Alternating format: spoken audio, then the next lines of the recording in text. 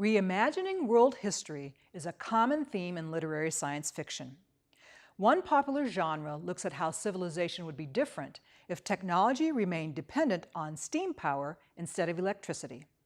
It's called Steampunk, and as producer Laura Tafflinger will show us, a dedicated group of fans came together to bring steampunk's fictional world to life at Old Tucson Studios.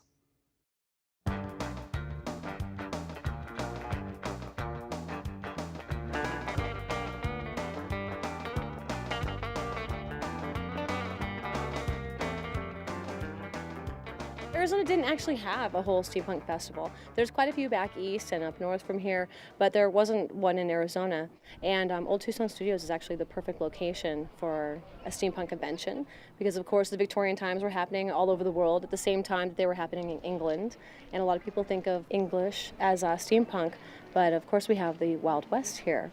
Steampunk kind of exploded out of nowhere. Unlike a lot of genres, the literature came second.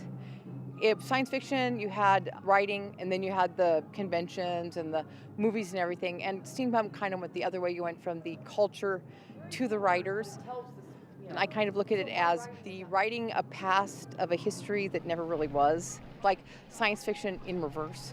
I operate telescopes up at Kitt Peak National Observatory, and I've always been interested in sort of that whole Victorian era of science and technology. These things that were built in the Victorian age could still be used in the 80s, 90s. You know, some of them are still being used.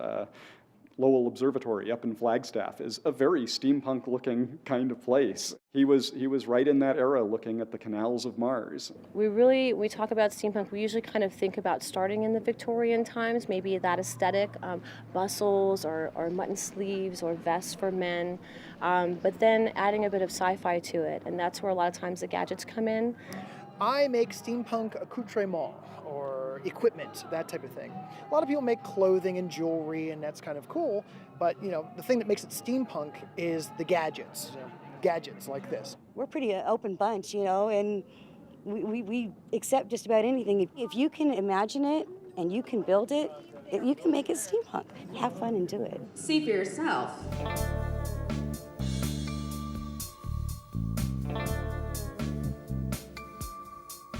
The leather, the metal, the lace, you know.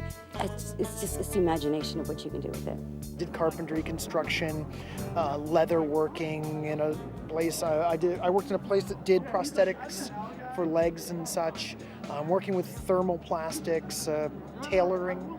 And I just like to encourage people to do these things, you know. You could do this, you actually can.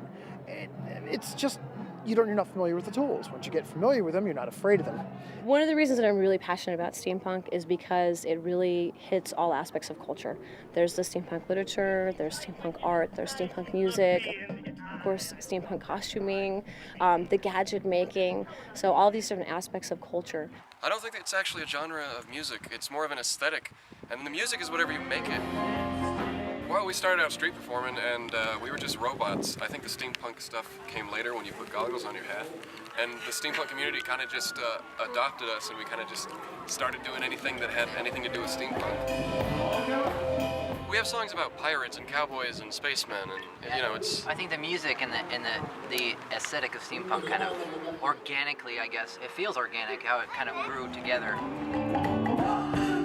The one thing I really, really, really love about steampunk and science fiction fantasy is the communities are so inclusive. There's people I see once or twice a year, and it's like seeing long-lost brothers and sisters. You know, it's an amazing world. That's what I like best, I think, is just that whole sense of community.